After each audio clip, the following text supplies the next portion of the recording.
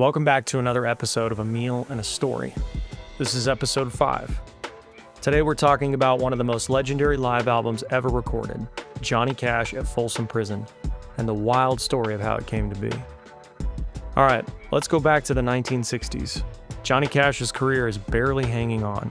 He's addicted to pills, wrecking hotel rooms, showing up late to gigs, or not even at all. Nashville wasn't really calling anymore, and a lot of people thought Johnny was done. But there was one group of people who never gave up on him: prisoners. Ever since he released Folsom Prison Blues back in 1955, inmates all over the country felt like they got Johnny, and Johnny got them. He wasn't just singing about jail. He was singing with the kind of grit and pain that made it feel like he'd been there. Here's the twist though. Johnny had never actually been to prison himself.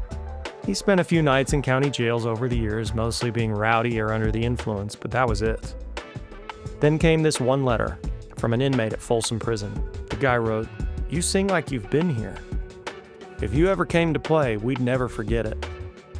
Johnny held on to that letter for years. It stuck with him. Fast forward to 1968, Johnny was finally clean, refocused, and trying to rebuild. And he decides now's the time.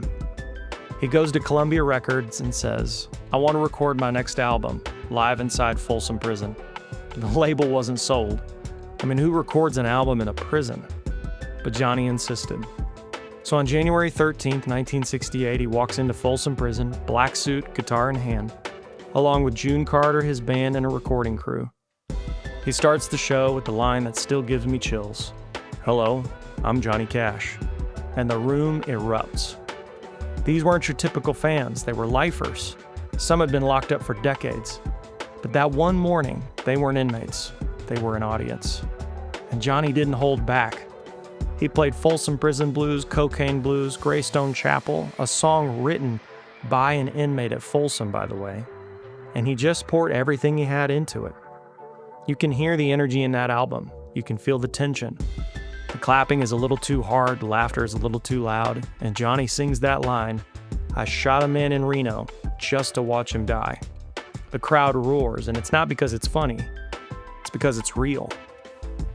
The album hit #1, it won awards, it brought Johnny back from the brink. Johnny didn't do this stunt to bring his career back. I think he did it because he saw a piece of himself in those prisoners. Forgotten, written off, nothing left to offer the world. Those prisoners saw themselves in Johnny, and Johnny likewise.